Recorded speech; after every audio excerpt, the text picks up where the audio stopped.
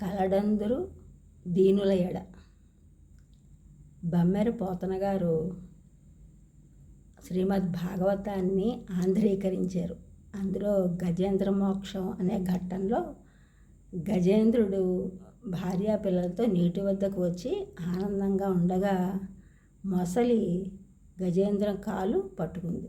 ఏనుగు పెనుగులాడినా మొసలి వదలలేదు. మొసలిని నీటి నుండి ఒడ్డుకు లాగుతుండగా ఏనుగు మొసలి నీటిలోకి లాగుతోంది ఏనుగుని. ఆ సందర్భంలో రాసిన పద్యం, తన్నెవరూ రక్షించలేరు, ఇంకా భగవంతుడే తనకు రక్ష అని, ఎవ్వని చే జనించు జగమెవ్వని లోపాల నుండి లీనమై, ఎవ్వని యందుడిందు పరమేశ్వరుడెవ్వడు, మూల కారణం వెవ్వడు, అనాది మధ్యలయుడెవ్వడు, సర్వము తానైనవాడెవ్వడు, వాని ఆత్మభౌనీశ్వరునే శరణంబు వేడదను.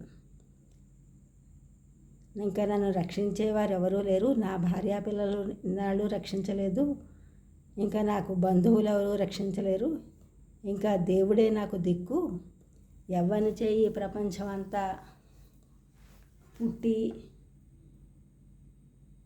పాలింపబడుచున్నదో, ఎవరిచే లయింపబడుతున్నదో వారినే వేడదను అని గజేంద్రుడు ఆ దేవదేవుని ప్రార్థించడం మొదలుపెట్టాడు. భాగవతాన్ని సుఖమహర్షి పరీక్షిత్ మహారాజుకు సప్తాహ పారాయణగా వివరించారు. పరీక్షిత్తు ఉత్తర అభిమన్యుల కుమారుడు, పాండవుల వంశోద్ధారకుడు. కలడందురు దీనుల ఎడ. కలడందురు పరమయోగి గణముల పాలం. కలడందురు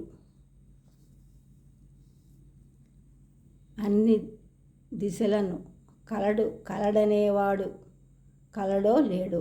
కలడందురు దీనుల ఎడ. కలడందురు పరమయోగి గణముల పాలం. కలడందురు అన్ని దిశలను. కలండనేవాడు కలడో లేడో. దీనులేడ కలడంటారు, పరమయోగినులేడ కలడంటారు, అన్ని దిశల కలడంటారు. ఆ భగవంతుడు కలడు అనేవాడు కలడో లేడో అని బాధతో గజేంద్రుడు దేవుని మీద కోపాన్ని ప్రదర్శించాడు. ఈ ఛానల్ చూసిన వాళ్ళు కూడా సబ్స్క్రైబ్ చేయండి, షేర్ చేయండి, లైక్ చేయండి, కామెంట్ చేయండి. సబ్స్క్రైబ్ చేసిన అందరూ కూడా కృతజ్ఞతలు, షేర్ చేసిన, లైక్ చేసిన, కామెంట్ చేసిన అందరూ కూడా ధన్యవాదములు.